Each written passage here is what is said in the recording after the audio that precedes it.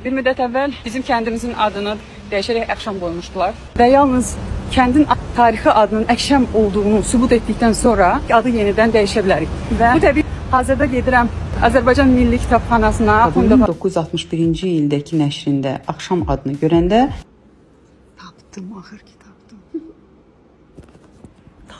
Burada Əxşam var. Aman Allah, necəli. Bəs görəsən, əsl adı hansı olacaq? Heç ağlıma gəlməzdi ki, həm kəndlilərimin adlarına burada rast gələcəm. Özlərini tanımasam da, onlar elə heç özləri də bilmədən tarixə düşmüşdülər. Amma birdən yadıma bir kitab düşdü. Axı o daha köhnə ildə yazılmışdı. Qara mələk dedi ki, dur şələ-şüləni yığ, get. Özümü sürüyə-sürüyə aparıb həmin kitabla üz-üzə qoydum. Görək, nə tapırıq? Dərindən nəfəs alıb, kitabı açıb vərəqlədim.